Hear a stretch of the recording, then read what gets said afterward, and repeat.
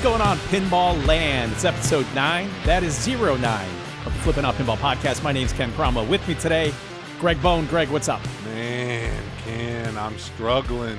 Uh-oh. What's going on? Oh, man, I leave for vacation in like 48 hours.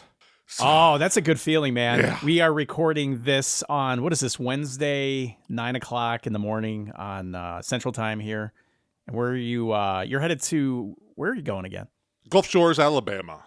Oh, yeah, that's your stomping grounds. Whenever you're going on vacation, it seems like half the times you're out there in Gulf Shores, Yeah. which is... If it's not Universal Studios, we're in Gulf Shores.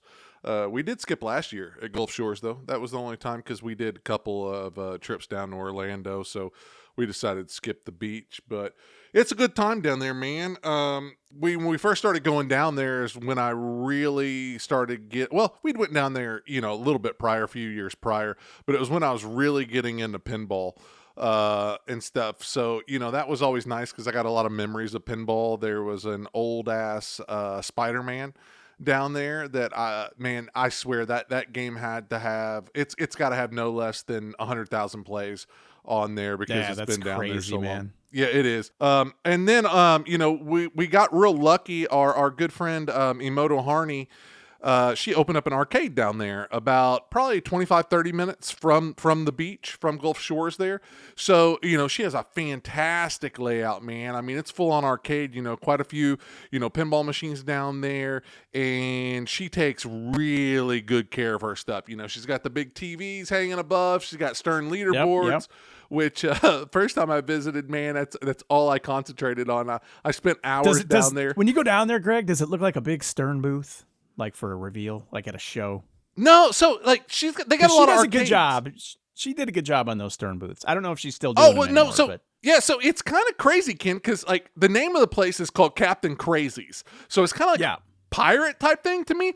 But then she kind of tapped into like her Japanese roots on the inside, so it's almost like you walk into like a fucking hibachi grill or something when you first go in. Like you don't even know that it's an arcade. Like you walk in and like there's this like sliding door that then they open up and take you into. So you don't really see anything when you first walk in. So it's like a cool reveal surprise when they open the door and let you in and there's all these arcade games and pinball machines. So dude, it's a joy down there. And I love that somebody brought something like that down there because again, everything's just family fun center stuff, all redemption games. And pinball's even become more sparing down there just because, maintenance and everything that we all go through with them. So, kudos to her for opening that up. And, as far as I know, doing really well with it down there. So when you go down the Gulf Shores, so you're making a stop there at Captain Crazy's? Is that? Oh, hell yeah. Yeah. I make at least one trip out there because, my wife doesn't tie me to the beach. I'm pretty lucky. So like if I get stir crazy and I've sat too long and the beach is too much, usually I'll skip out and go play some games and stuff, about mid-afternoon while they're still down there and then come back and meet them and then get ready for dinner and all that stuff. So yeah, there's a lot of times I'll bounce out and go, pinball hunting for stuff. What is this? We said episode 9 of Flippin' Out Pinball Podcast. I wanted to give a quick shout out to our Patreon supporters. For those of you that want to support the show in a little extra special way, you can go to Patreon. That's Patreon.com. Type in Flippin' Out Pinball Podcast, and there's some different fun ways to support the show. Greg and myself, we want to give a warm welcome to Colin, Jared, Dog Days is those 3 guys jumping in on the Patreon, and then Dual Exhaustion upped his Patreon pledge. So we appreciate that too. Again, Patreon.com. Come check us out. Come hang there with the community. And I think we finally came to a conclusion on this whole after hours thing for those of you that wanted to jump in on that monthly meetup with us. So if you want to connect with Greg and myself on Tuesday evening, October 7th, we're going to light the lamp, a couple drinks, a couple stories, see where the night takes us. It's been in the queue for a while. We were going to do it this coming week, but hey, you've got Gulf Shores to attend, so that's absolutely this one was all my fault. First time Star Wars wrecked it. This time's all my fault. You know what? And I wanted to give another shout out to Trace. Trace has been selling games and including Flippin' Out Pinball Podcast 1-year subscriptions I love it. via Patreon on all these pinball sales, and I think he's gifted like 3 1-year subs. So big shout out to Trace. Really appreciate it, buddy. going the extra mile. Always been a great supporter of Pinball, great ambassador, and of the show, and just great personal friend of both of ours. So we appreciate it. And Ken, so we, we go forever without seeing each other, and then we end up with almost back-to-back trips where we get to hang out. You and I went down to Zach's for a night. We needed to do some filming on a project that we're all working on and stuff, and you ended up driving down. What was that trip? What was that, about 7 hours for you to get down? No. It was probably 5.5, 6 hours. Oh, okay. Still long alone enough. Time. It was about 4 hours longer than I would typically want to drive, but it was to come see you guys. I will make the sacrifice without a doubt. I know, dude. We had a blast again. Like no spooky, creepy. Well, actually, we do kind of have a creepy story to go along with that. Oh, that's right. Yeah. That's right. I almost forgot about that. Yeah. So, before we get to that, dude, so we went down there. We were going down to do some work, some straight down the middle / flipping out pinball work. And, it kind of turned into me, and I don't know how you feel about this, but I kind of left there, I was like, this is kind of, it turned out to almost be like a business retreat for a night. We discussed, not only the work that we were doing filming, but I feel like that, dude, we were just like lunch and dinner and everything, in between stuff, just anytime we were taking a break, we were just discussing like business goals and what we were going to do. And just, like conquering the world business wise and, what we could do to elevate and better flipping out. And I didn't really think about it in the moment because, we all discuss business a lot anyways together.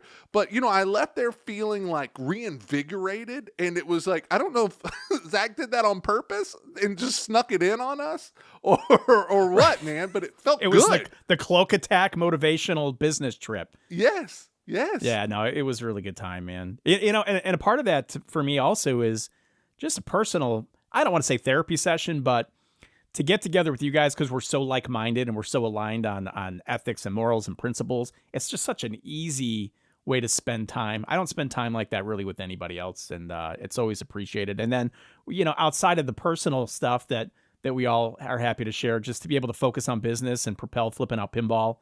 And, I told you how happy I was to kind of come aboard and start working with you and Zach and Nicole. It just real pleasantly exceeded my already high expectations.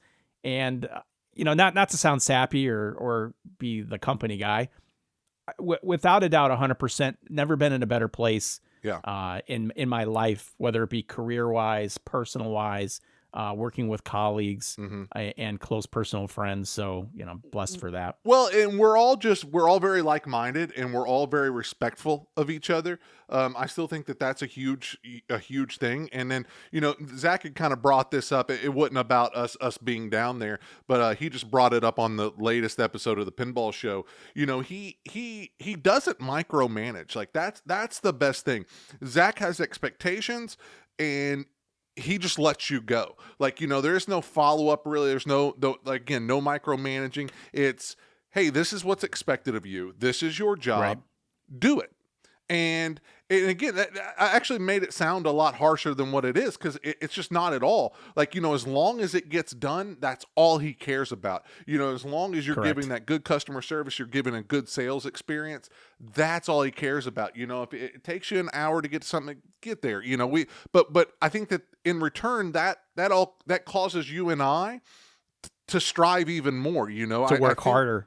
Yes, exactly. Because I think sometimes in business and even in family and stuff, when you drive too hard and you're just do this and you're being micromanaged and, somebody's just breathing down your neck with everything, it's exhausting on you or something. You know what I'm saying? Like it almost hinders your work ethic and what you want to do inadvertently.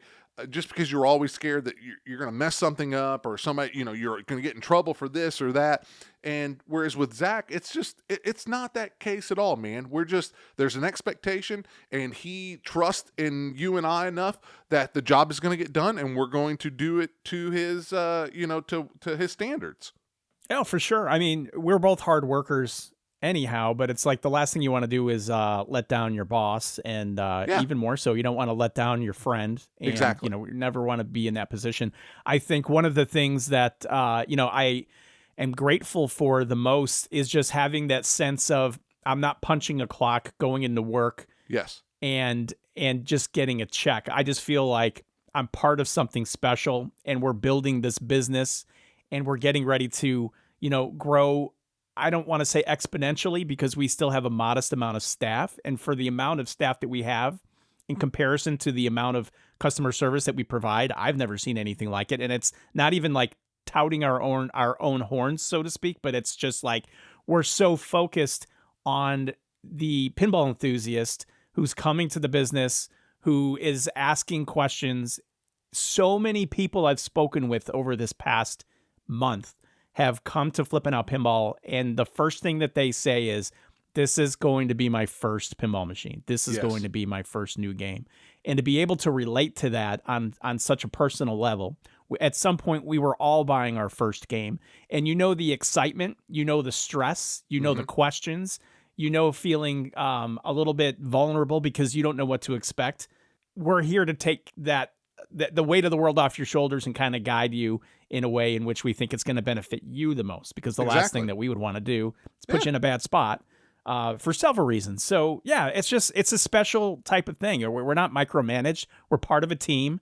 And, it's nice to really have what I believe are good ideas and to have them be heard. Yes. And to be given the chance to fail if need be.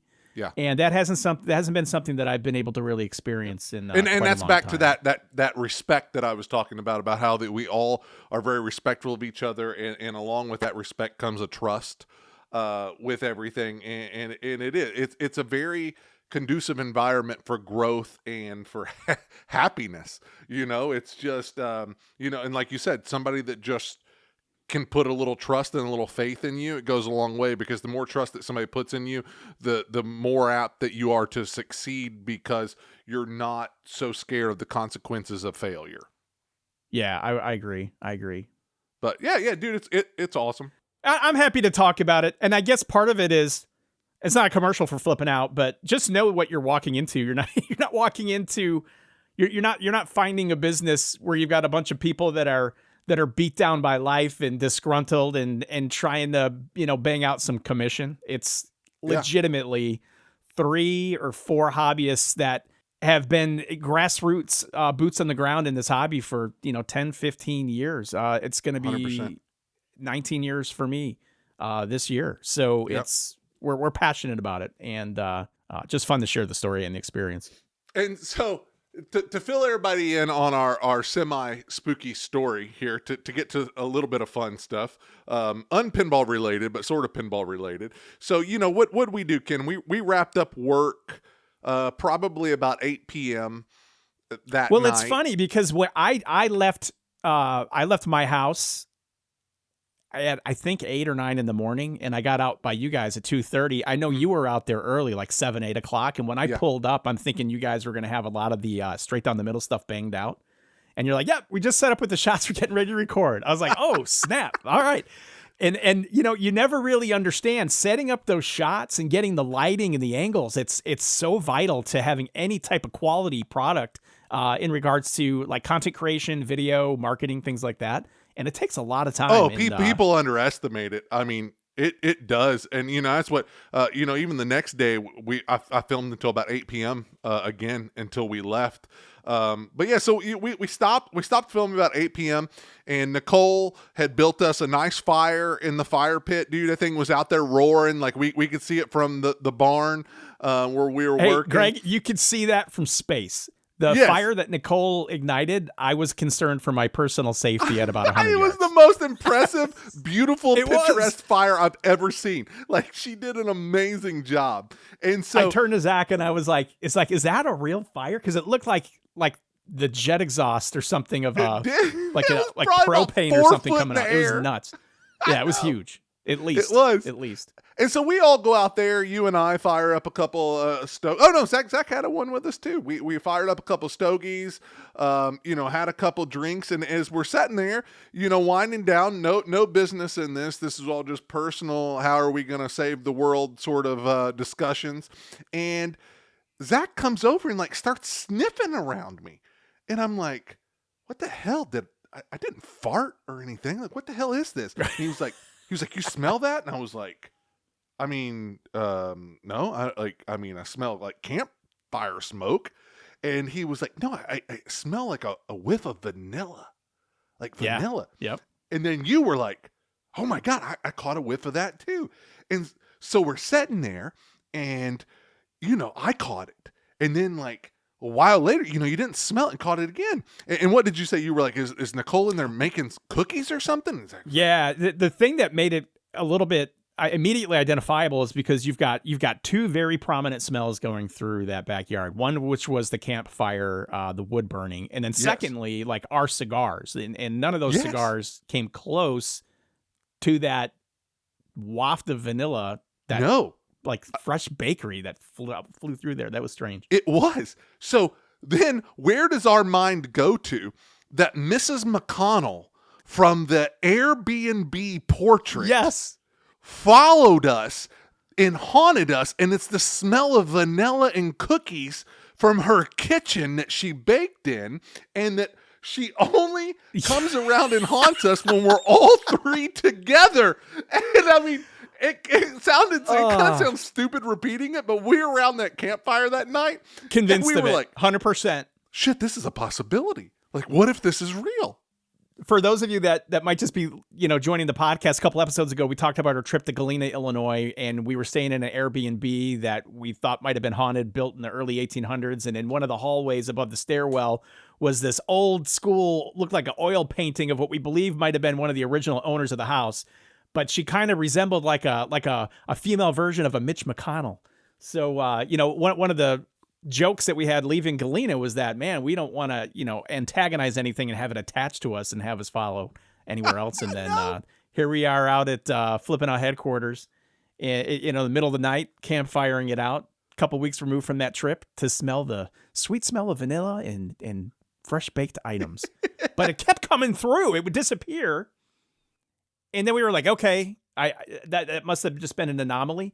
And then we wouldn't talk about it for a little while, and then it would kick up again. Dude, it was super creepy. Where we're at. Because there was nothing. There's no reason that we should have ever smelt that. There was nothing around there. And we're not in close proximity to anything. No. Even, where we were sitting, we were way far away from any other house. I guess, I don't know. I don't know what it was, but it certainly sent a message for me. And I'm starting to realize that maybe I'm just scared of too many ghosts and supernatural things. But it was creepy. It was definitely creepy. It was. Yeah. It was. But yeah, so that was our trip down to Zach's and stuff, which was good. Good. It was a good, rejuvenation, work-wise, life-wise, all that stuff. So a much needed trip and a much needed gathering for all of us, I think. Yeah, it was fun. It was fun. And you know what, Nicole, very hospitable when we were out there. Oh, amazing. Beyond. She's busting ass working, and she still took the time to check in and make sure that, we didn't need anything or we weren't put out by any means. So took care of us, snacks, all kinds of stuff, man. Yep. She did it up right for us. So, Greg, you had brought up something that I thought was an interesting topic, and then at some point it just occurred that this is something that we should probably discuss on the podcast, and the topic being, which modern Spike 2 LCD games from Stern Pinball will be considered classics in 10 years? So Stern Pinball, Spike 2, which of those games are going to stand the test of time? Now, the easy way for those of you that don't understand the difference between Spike 1, Spike 2, Spike 3, the Spike system is the modern day Stern operating system. Spike 1 consisted of DMDs, like your dot matrix screens. And it wasn't all those. A lot of those were SAMs, but it was the later on Game of Thrones. Like Transformers was a Spike 1, I think. Yep. Spike 2 was the transition into LCD. So anything with an LCD screen on it, Spike 2, it's probably what a lot of you are just familiar with over the past, 5-10 years. And then just recently, Spike 3 has rolled out with Star Wars Fall of the Empire, which is a little bit bigger screen, better graphics, better sound, et cetera, et cetera, et cetera. So we're kind of concentrating on what a lot of people considered the games that really helped propel pinball and keep it moving forward in the 2000s, right? Yeah, I agree, man. Because I mean, what was that first? I don't know if it was the first Spike 2, but I guess technically the first LCD was Batman 66. I could be wrong. It was a Batman 66 or was it Aerosmith? Because at some point I thought I remember Aerosmith being in there, but I mean, for the sake of this conversation, that's not really even completely important. No, you're completely right. Now, but what I did want to just quickly, and I'm going to let you get into this, obviously, because this was your topic, and I'm loving it. I wanted to start off because you were wondering what are going to be the classic games from that Spike 2 era, and I went in and I wanted to see what the dictionary version of classic was, and the dictionary version, classic obviously being an adjective, simply says judged over a period of time to be of the highest quality and outstanding of its kind. So I don't know how you want to break this down. In my eyes, I'm going a little bit earlier on in the Spike 2 realm for 2 or 3 games that I think will stand the test of time and will be deemed classics throughout history. Some of the newer stuff might be, arguably is even better than the games that I have in my mind. But I think the ones that I'm selecting have already kind of stood a small time period test of time and are still popular titles. Whereas, the newer games, the jury it might still be out. Yeah, I agree. Like, I mean, there's honestly quite a few titles that fall in there, and having a game that does stand that test of time, that's kind of a tough thing. And we're not, to me at least, not saying that it's still not going to be a game that people want to play, that it just falls off the face of the earth. But what is something that's like Medieval Madness, Attack from Mars? Do any of these Spike 2 games, do any of them fall within that category? You know what I'm saying? Like, will any of those last in 10 years to where that you're still clamoring for that game, and that when you see it, you're like, oh, okay, yeah, that's great game still. When I first thought about this, my initial impact was that, oh yeah, there's a bunch of games that I'd want to talk about. But then I had to take a step back and be like, sure, there's a bunch of great games. And I would say arguably most all of pinball is going to offer you something that's fun and redeeming. It's just what is going to last the test of time. And again, this is going to be very subjective. So take it for what it's worth. Myself and Greg have a lot of similar tastes, but we also have, I'm sure we're going to have some disagreements here, and that'll make for some fun conversation. And also, we'd encourage you to offer your feedback. You can go ahead and hit us up at flippingoutpinballpodcast@gmail.com, and you can, offer questions, comments, observations, and perhaps we'll read your comments on the show. But when it was all said and done for me, there were a lot fewer that I thought qualified for this instant classic title.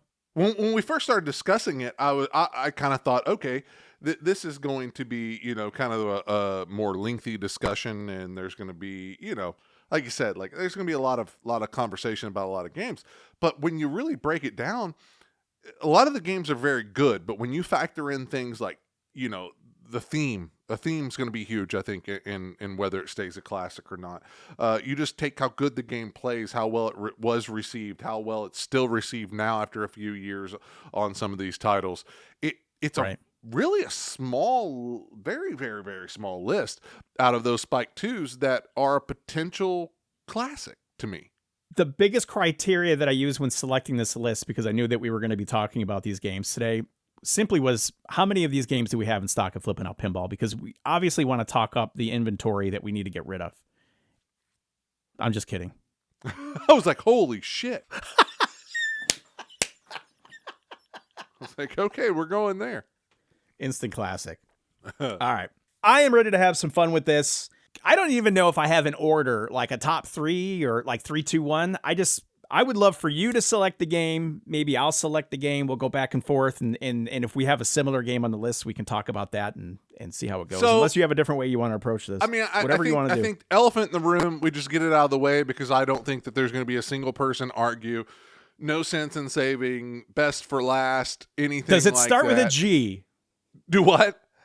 Does it start with a G? Yes. So, I mean, I think that anybody listening, anybody that's ever touched the game, anybody that's ever read a forum or a Facebook group, Godzilla is going to be hands down a classic. I mean, I already think that it is a classic. That game's been out for a significant period now. It's still selling well, still holding value well, like that. And it's just, it's hard to beat. And that's one of those ones that I think is a little bit of an anomaly because, again, I know that, on separate occasions, stuff that we've talked or discussed with other people even, nobody was really clamoring for a Godzilla pinball machine as a theme. But what Elwin and the entire team there did with that, it elevated that game so much, and it is such a good shooting game. The rules are so good that it took what was kind of what I would call maybe a lackluster theme and just elevated it. And I don't think that Godzilla was a bad enough theme that it had any trouble really overcoming that. You know what I'm saying? Because we're all familiar with that. Because sometimes when you take a game, no matter how good it is, and you've got a bad theme, it's just hard to overcome that theme regardless. Mm-hmm. But Godzilla to me was not a bad enough theme that it had any trouble really overcoming that obstacle. Once the game got in people's hands, that code started to mature, people shot it, fell in love with it. Instant classic. And if you remember, you said it perfectly. There's not a whole lot I can add to that. You covered most of my talking points, but you were talking about like the first impression being the theme and the license, and most of the pinball community, they weren't clamoring for a Godzilla pinball machine necessarily. So it had that going against it when it was released. The other thing you'll remember, and this is something to really consider, when the game was revealed and people saw the art package, there was a little bit of I don't want to say blowback, but maybe a little bit of confusion on the color palette choices for that game, where it was a little bit more vivid than some people might have, envisioned a Godzilla pinball machine. Now, you're right. The art package is nice, but again, the license was your first impression. Visually was the artwork, which it's not that it was bad artwork. It was just that people were envisioning something different from the colors. So that was working against it initially. Mm-hmm. You come full circle, though, and now you've got Keith Elwin on that game, who is, the juggernaut designer at Stern Pinball right now. Then you go ahead and you put his team on that game with an incredible rule set. People start coming around to something that maybe they were a little bit on the fence with in the beginning, but now they start seeing gameplay. They start appreciating that art package. They start thinking to themselves, Godzilla is a great selection because it's a kind of a quirky theme that you can have some fun with. Exactly. You throw in a little Blue Oyster Cult, and now you've got a game that, under most circumstances, under like your initial first impression, might not have been something that would have been thrilling, ending up being one of the more classic pinball machines of not even just the modern day era, right? Yeah, but I mean, of all time. So, consider that when you're digesting a game and its initial impact.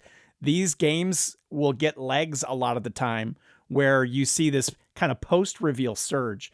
Sometimes, quite honestly, it's just a little bit too late for the legs to be gotten, because there's new stuff that's coming out. People tend to forget. So, the timing's critical, but Godzilla, from the first original impact, definitely, and I don't want to even say rebound because it was never crushed. It just didn't jump out ahead like you might have expected a highly anticipated Stern reveal. Yeah, I mean, you're exactly right, Ken. It kind of had a lot going against it in a sense.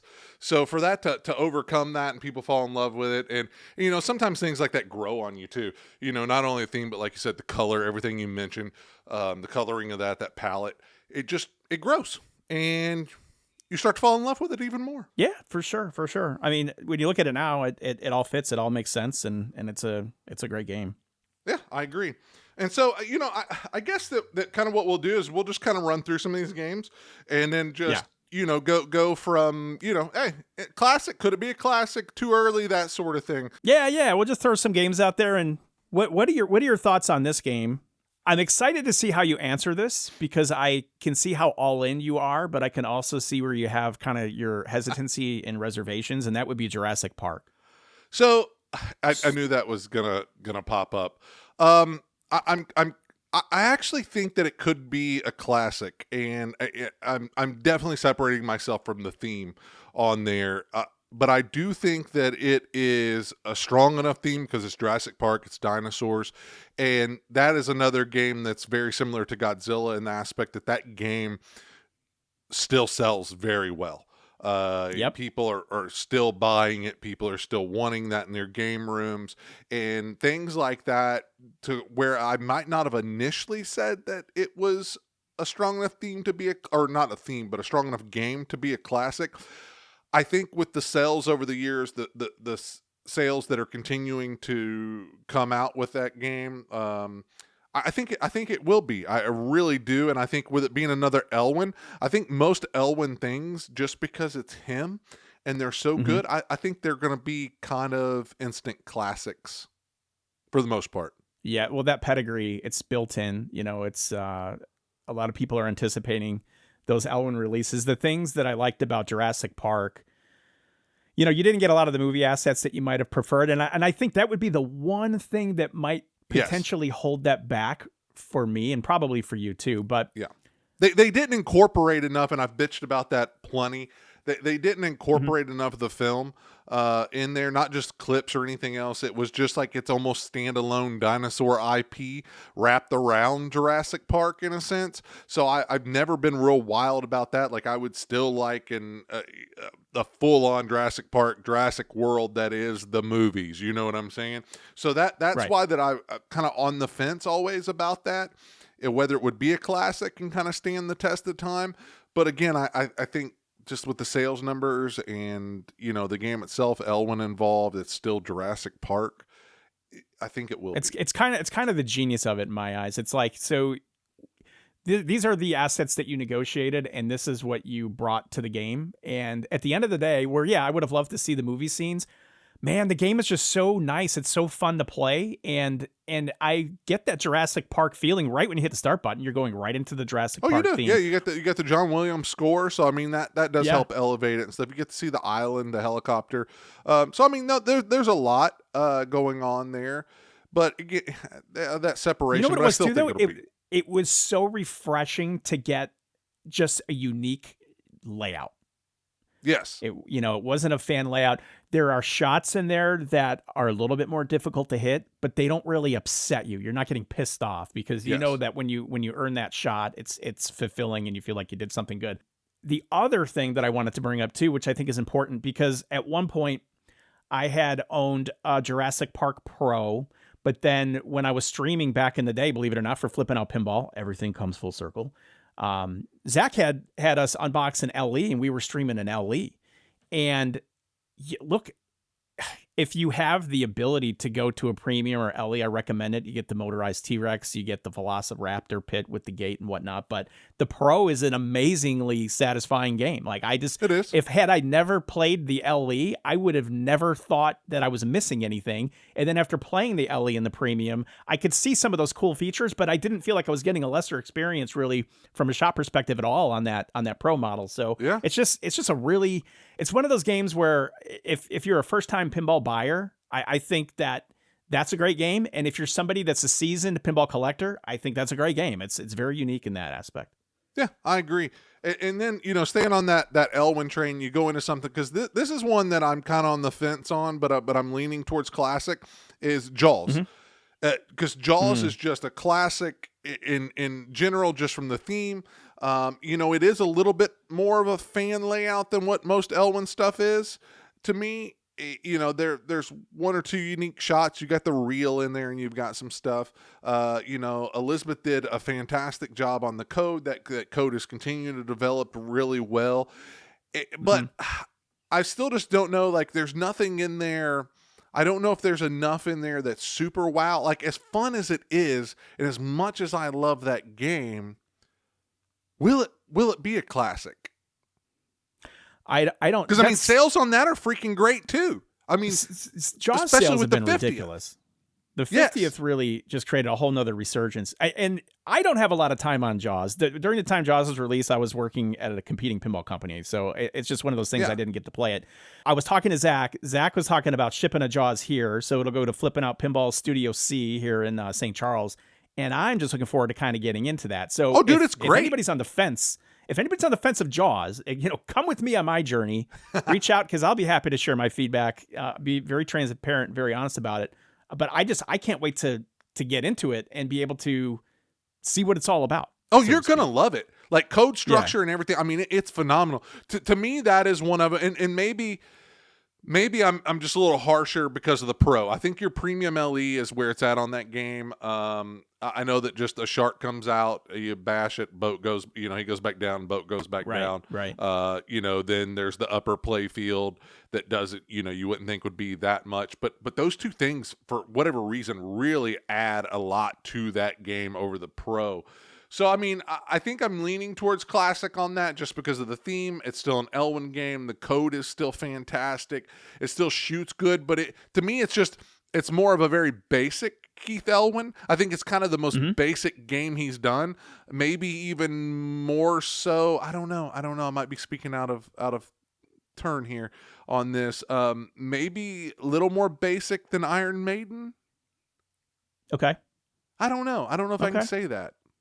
I'm gonna have to ponder it more. But yeah, I where do you lean on Jaws? Classic, not classic. Honestly, it's still too close to call. It's so early on in the Jaws life cycle. I don't know. And then again, just full transparency, without me having a lot of time on it, I don't know that I could say, definitively in my mind that it would be a classic or not be a classic. Yeah. I'm just kind of reading, and it seems to be, for the most part, widely enjoyed and accepted and heralded as one of the great Stern games, Elwyn games, modern day pinball machines. And that's cool. They got it right. People were talking about Jaws forever. Stern Pinball delivered with the Jaws title. I think even down the road, I think sales are that's again why I'm leaning towards classic too on that, because I do agree with you. I think it's maybe a hair early on that game, which a lot of these are going to be. But again, sales are so freaking strong on this, and it's been out for a while.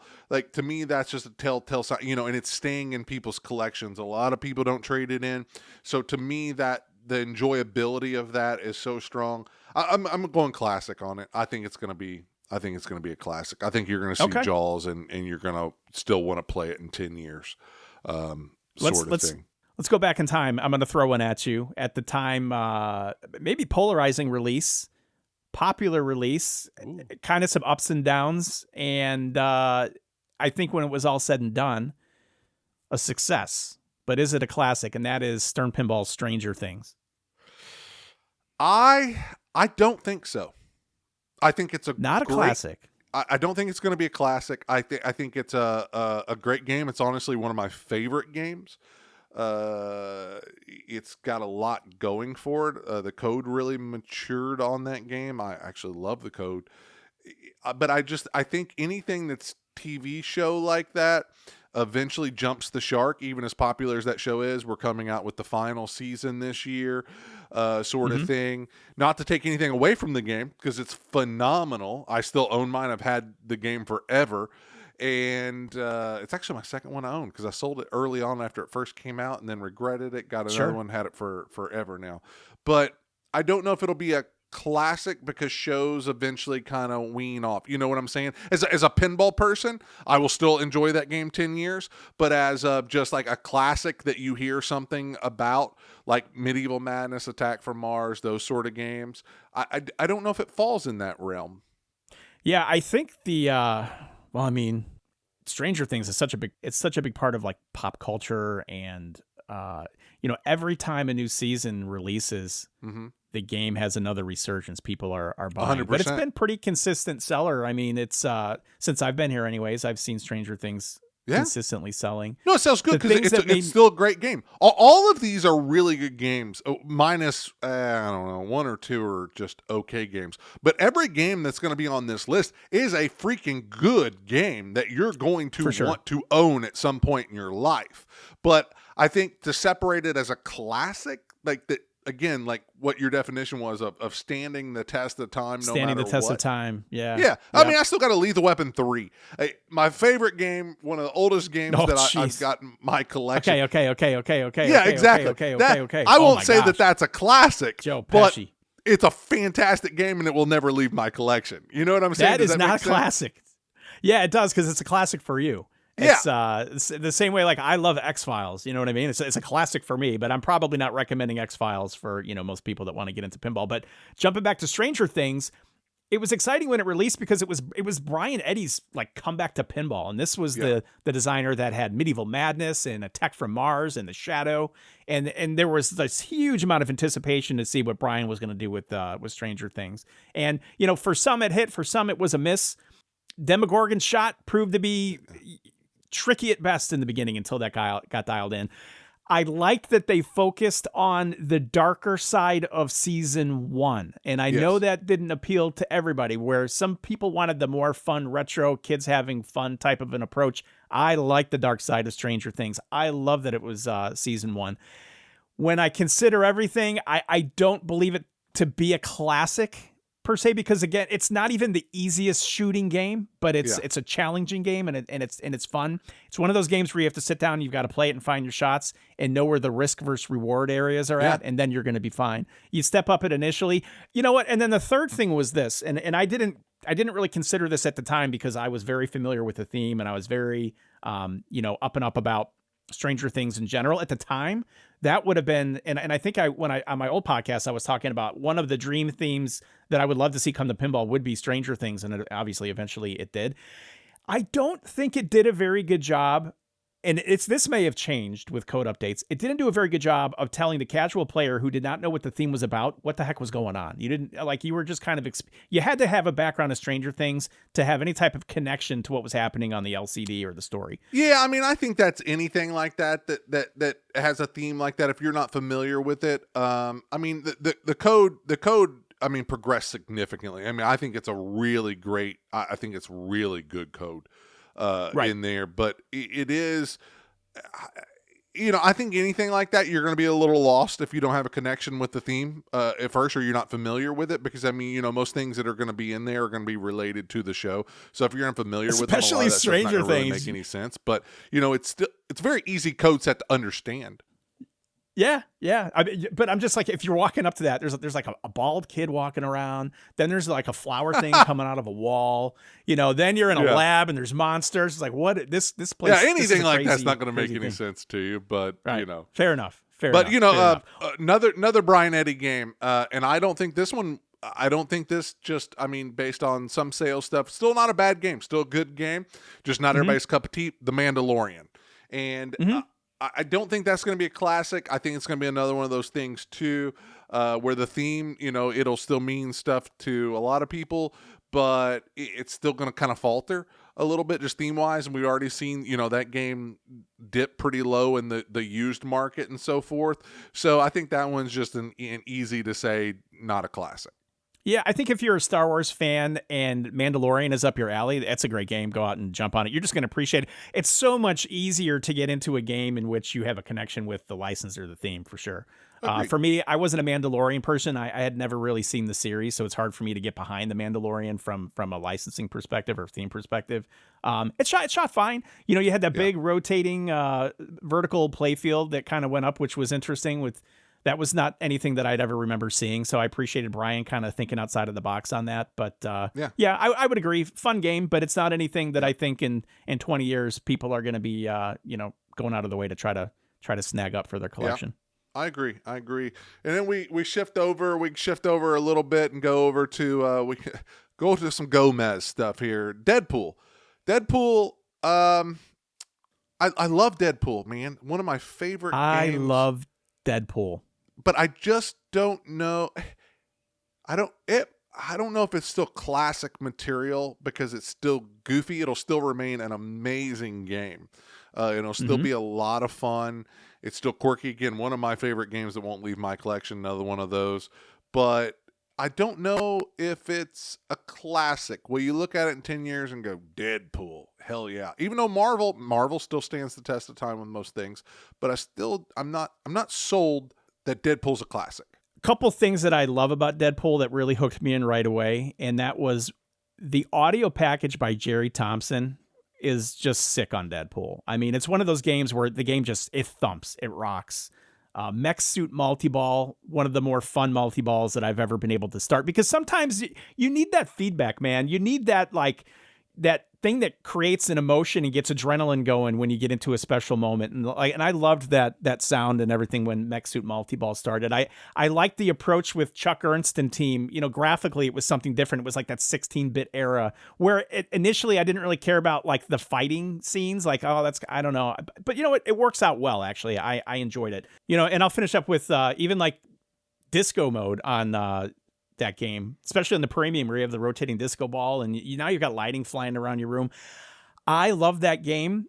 I'm also wondering if I thought it was more impactful at the time that it was released versus now. I don't know how it holds up. So I think it's still impactful. I think it's still a great game. Still a decent. I just don't know that I could call it a classic, to be honest. I don't know that I could. I'm in that exact same boat. Staying on Gomez 007. Another game that I thoroughly enjoy. Obviously, James Bond is a classic theme. I think a cool shooter, man. It's a neat layout. The way, I love that kind of that mid ramp sort of.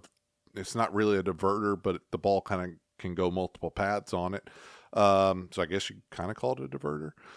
But another one, I don't know if classic. I don't know if people will be looking at that in 10 years and go, okay, that's a classic, or it's just a pinball machine I like to shoot. All in all, I tend to like George Gomez designs. There's always a little bit of quirkiness that you try to figure out, but I do like his designs.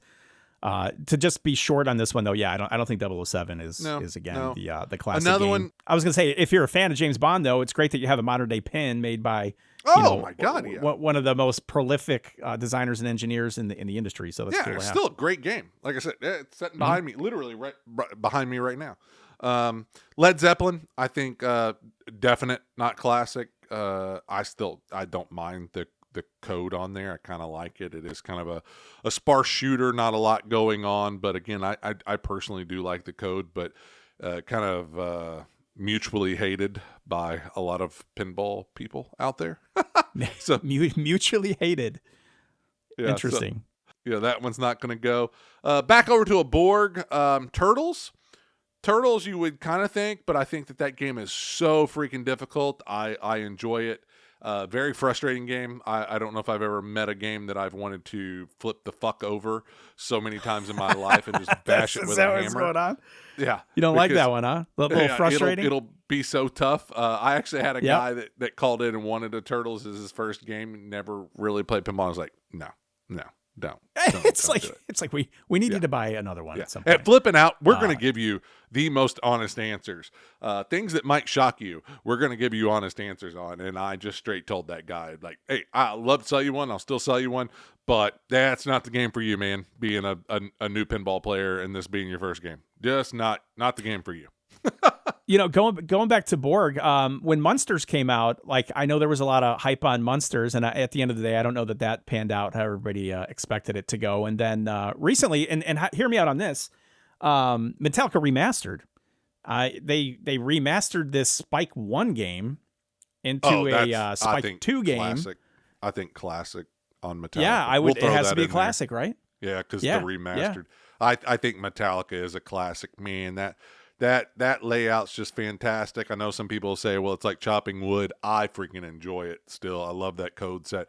Lyman sheets on that. You can't get much better than Metallica. Great game. Definite classic in my eyes on that one. Munsters, like you said, probably not so much. Actually, one of the more forgiving Borg shooters. Like I actually love that layout and love the way that game shoots. That's one of the smoothest left ramps, especially for a pop-up ramp. Even that 180 ramp is smooth on that game. So good, man. One of his best layouts. I just hate that they hindered that code so much on that game. That Franchi artwork package on that game is pretty sick too. And then they had the black and white option that you could get, which was polarizing at the time. You know what? I'm not a big fan of the lower play fields, and that I just don't like them. I agree. Usually ever. I agree. Okay. Aerosmith, fun game. It is still clamored. I think just because there's not so many of them on there. I don't know if it would be considered a classic. Maybe, maybe not. Still a little unfair out of the pops, that sort of thing. How about this one? Because this is one that I love and I've owned twice, and I would own it a third time. Elvira's House of Horrors. I think so. Yes, so do I. It's a good game. It's campy, and because of the lineage of the other Elvira games, I think it kind of throws it in as an instant classic. Now, if they would have, if Nordman then would have fucked it up really bad, then I would say no. But I mean, it's a good game, and I think because of Scared Stiff, Elvira and the Party Monsters, that sort of thing, I do think it's a classic. I think it's one of the few that go in there. The classic continues. It's, all those like cheesy old horror movies, those are fun to see even repetitively on the back box and just listening to those quotes and whatnot. And, there's some family friendly concerns there just because of the risque nature of the back box. But it's not if terrible. You can get past that. No, it's not. That game, honestly, Greg, and I've said this before, it's a party in a box, and it's so fun, and it's very accessible as far as shots. It'll make you feel like you're a competitive pinball player, and it's just fun. And that's a Lyman Sheets game too, I believe. Yeah, it is. Something in that realm that sort of is a remake type thing, Black Knight. I don't think Black Knight falls in. I think Black Knight 2000 kind of remains a classic, but I think, Sword of Rage, maybe not so much. Brutal game, still fun. I enjoy it. I really like Black Knight Sword of Rage. I do too, but I is have it a fun classic? time playing it, but it's not a classic, but there's some cool things going on that game. If you have not played one, I think that it didn't get the credit that it deserved, and I would recommend going out and checking it out. The code is cool too, and that was where you really started seeing an uptick in like graphical presentation, 100%, and animation on these back boxes. And I think you had Ed Robertson from Bare Naked Ladies at the time. Did some. He was a voiceover guy for one of the characters in the game. So it's a cool game. I like that game a lot. It is cool. But not a classic. I agree. Not a classic. Another one, this is probably one of the only, Iron Maiden, it's going to be a toss-up, but Avengers, no. I didn't care much for the artwork. I don't think it's Avenger-esque enough. It didn't fit the comics enough. Iron Maiden, I don't think so. I think it'll hold its place because it's an amazing game. It's Elwyn's first game that went into production, so I think that it'll hold a classic-ish feel. Do you think it's because it's Iron Maiden holding that back from being classic? Because let's say it was any other band. Let's say you had that layout, and let's say it was like Pink Floyd or Ozzy Osbourne. Yeah, I something think like that. I think that it holds it back a little bit. I love Iron Maiden, big Iron Maiden fan, but I think that overall Iron Maiden might be what holds it back a little bit. Yeah, I agree. Beatles. Beatles already based on a classic game, but I don't know if Beatles will be a classic itself. No, Beatles isn't a classic, but I'll tell you what, if you ever get a chance to get a Beatles, pick up a Beatles. It's fun as hell. I love playing gorgeous. Beatles. It's gorgeous. It's just and fun. It's not as simple as you think, and it's fun. No, it's great audio perfect. And great artwork. Yeah. They did amazing with it. The turnoff with that game at the time was the price point it released at, because it didn't have a ramp, and then people were thinking, well, if you don't have a ramp, then evidently it should be thousands of dollars off. But a ramp is maybe $15 to $40 in your bill of materials, so it is what it is. Yeah, I never look at stuff like that. That stuff angers me when people get into that. I'm like, still, I'll always argue a fun game is a fun game. I don't care what the BOM is on it and so forth. How about Batman 66? Oh shit! Yeah, we didn't go there. Oh, yeah, dude. I think so. I think it's a classic. I know it's a retheme. I did too, but I think it's a classic. That game's fun. Another cool ass Lyman Sheets code set in there. Gomez, great layout, very unique layout in that. And it's hard to beat. It's hard to beat the beauty of that. It's hard to beat the theme. There's a lot going on that game that I like.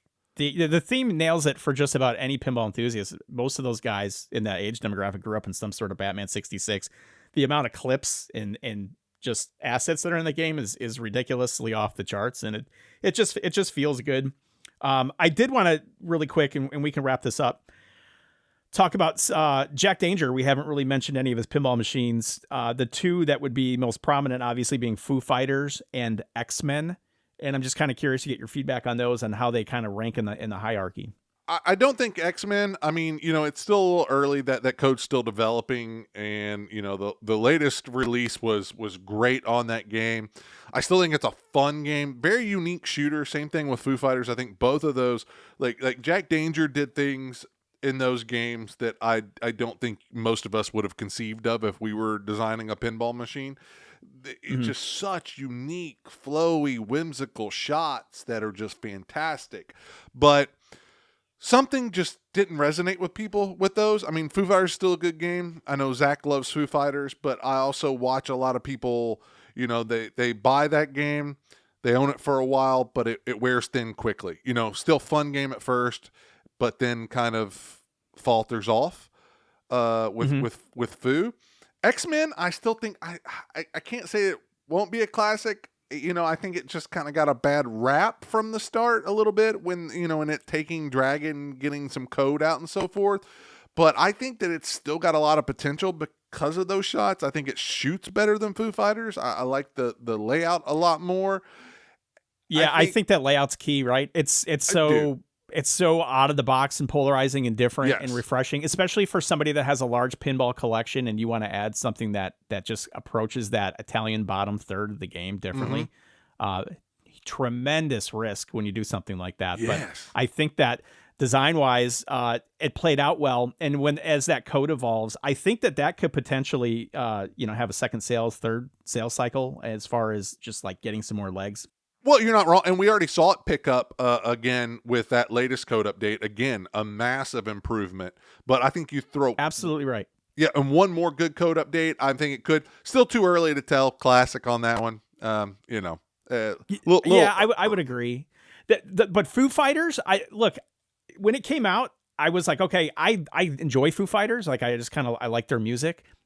It was genius how they took an original theme with the whole alien thing and just threw Foo Fighters stuff over it and made it a Foo Fighters fun shooting pinball machine. I really enjoy shooting Foo Fighters. So it's like, is it a classic? I don't know that it's a classic, but if you're looking for music pins, I mean, that's one of the games that I would always recommend would be Foo Fighters. Yeah, a lot of people do love it. And I like shooting it. I like shooting it too. It doesn't. It almost has, in a sense, a off the Stern subject, but almost has like a Guns N' Roses feel to me, to where like, okay, it's fun at first, but for some reason, it doesn't have staying power for me.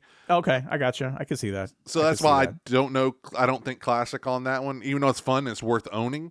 Just I don't know if it's got the staying power in there. I would own it. I like it. It might not be my only game if I had a one pin collection, but if I have multiple games, I would definitely give a shot at Foo Fighters. Yeah. I guess finally the elephant in the room would be Star Wars, original Star Wars, Steve Ritchie. I don't think so.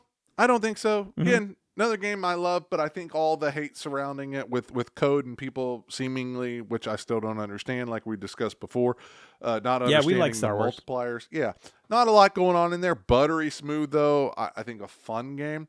I still don't think a classic in there at all.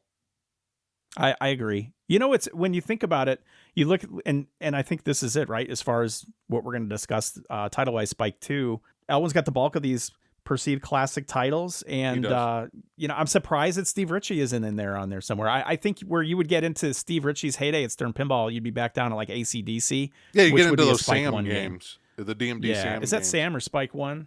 Yes, I agree. Remember. And maybe we'll have to do those too. Those are worth noting and going into, and maybe go through some of those, maybe something after the White Star and go into those Sams and maybe talk about those, because those are some of my favorite games personally in there. But yeah, I mean, Elwin, I think rounded it out. I mean, the only other one to mention kind of in there is the 007, the 60th. Mm-hmm. Cool game for a single level, just not a classic to me. Don't think that'll work. King Kong, too early. Dungeons and Dragons, too early on those. Those just came out. Both games. I'm loving Kong right now. Like, I can't wait to do a straight down the middle review on King Kong. I think you are loving King Kong right now. Yeah, I didn't give it a chance. That's on me. But I just brought it home from had it out on location for a little bit and just brought it home. And dude, I'm head over heels on that game. But I'll save that great discussion for another time. But again, that and Dungeons and Dragons just way too early to determine if those can be classics. They're still fresh. Yeah, I would agree. If we missed something, or if you have an opposing opinion, or you just want to back us up on what we were speaking about today, again, you can send us an email, and that is flippingoutpinballpodcast@gmail.com, or go over to Patreon, type in Flipping Out Pinball Podcast. You can join the discussion over there. We're monitoring messages every single day.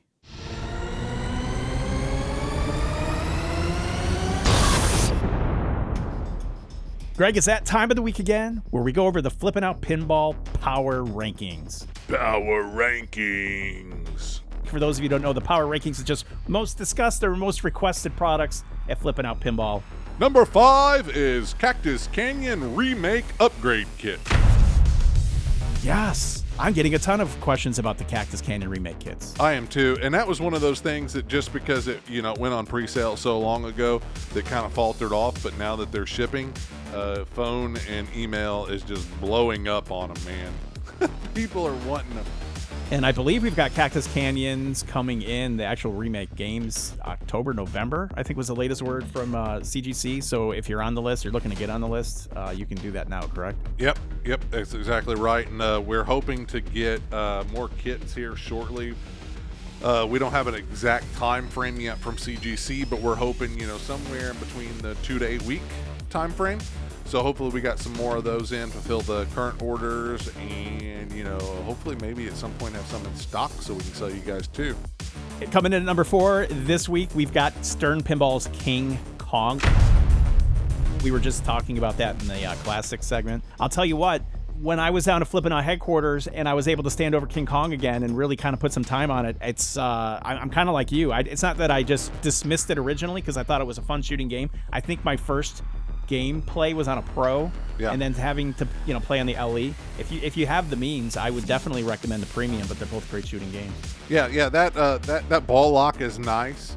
The gong is fun to hit through and everything else, and it rejecting you at first until you open it up and then it'll allow you to pass through.